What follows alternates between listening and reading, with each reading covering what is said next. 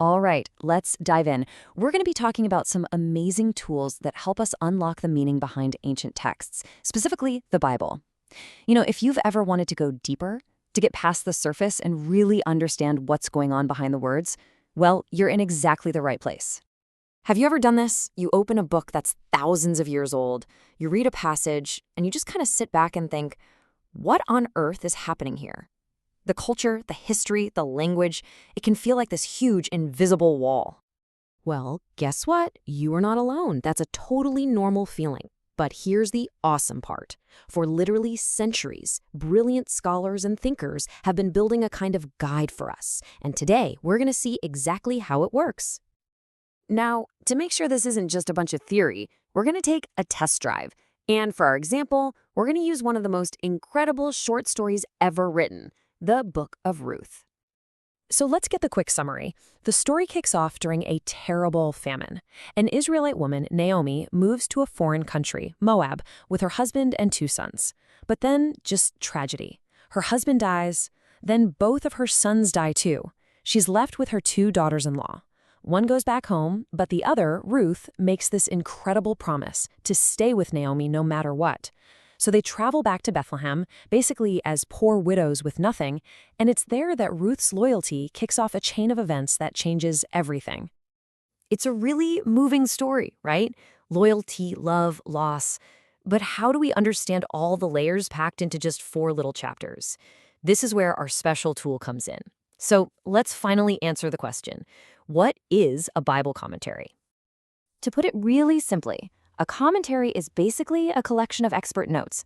Imagine reading, but you have a historian, a language expert, and a cultural anthropologist all sitting with you, pointing things out and saying, oh, hey, you see that word? Here's what it really meant back then. Or, here's the cultural custom you're missing. That's a commentary. Okay, now here's a super important thing to get. A commentary isn't one single book. It's a whole category of books. Think of it more like a giant conversation that's been happening for 2,000 years, with all these different people adding their thoughts. And I mean, you've got some heavy hitters in this conversation. We're talking about giants of the Protestant Reformation like Martin Luther and John Calvin, beloved classic writers like Matthew Henry, and a ton of modern scholars too. And the best part? This incredible library of voices is more available to us now than at any other time in history. So where do you find all this amazing stuff online? Well, there are 2 main ways to go, and I think a simple analogy works best here. It's like choosing between a really nice curated bookstore and a massive public library. Let's break that down a bit. On one side, you've got a site like Bible Gateway. Think of it as that bookstore. It's modern, clean, and user-friendly with a hand-picked collection. On the other side, you've got something like the Blue Letter Bible, which is much more like a gigantic public research library. It's totally free and just packed to the gills with deep, powerful resources. Bible Gateway is awesome because it's so easy to use. The interface is really clean.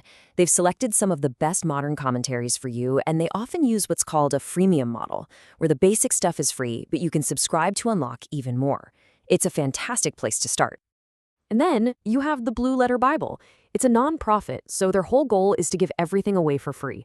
It is this enormous archive of classic historical commentaries, plus all these other incredible tools like language dictionaries, maps, you name it.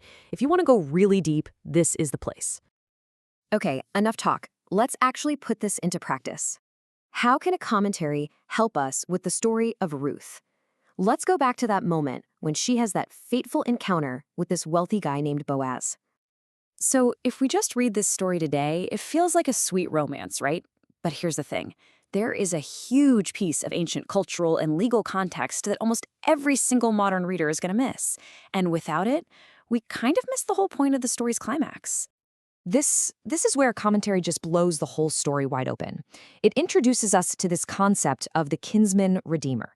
You see, in ancient Israel, if one of your relatives fell on hard times, I mean, truly desperate times, a male relative had a legal and social duty to step in and rescue them, to buy back their land, to save them from poverty. He was their redeemer. And suddenly, boom, the whole story just clicks. Ruth and Naomi are completely destitute. They are in need. Boaz isn't just some nice, rich guy. He's a relative who has an obligation to help. So when he marries Ruth, it's not just a wedding. He is actively redeeming her, restoring her future, and saving Naomi's entire family from being wiped out. The story goes from a simple romance to this powerful drama about rescue. And this is the level of detail we're talking about. Commentaries don't just give you the big picture.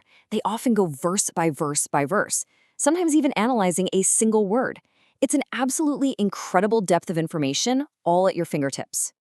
So we've seen what these commentaries are, where you can find them online, and the amazing new layers of meaning they can unlock. And now, it's your turn to start your own adventure. So what's the bottom line here? It's this. These ancient stories have so many layers of meaning just waiting for us. Commentaries are the key that unlocks the history and culture we're missing. Hearing from all these different voices makes our own understanding so much richer. And amazingly, these incredible digital tools make it all available to everyone. In the end, what these tools really do is connect us more deeply to the human heart of these stories. They give us a new appreciation for the incredible weight behind words like these from Ruth, helping us understand the full force of her loyalty in a world so different from ours. Understanding the past really does change how we see the world today. And with all of this at your fingertips, there's really only one question left to ask. What story will you explore next?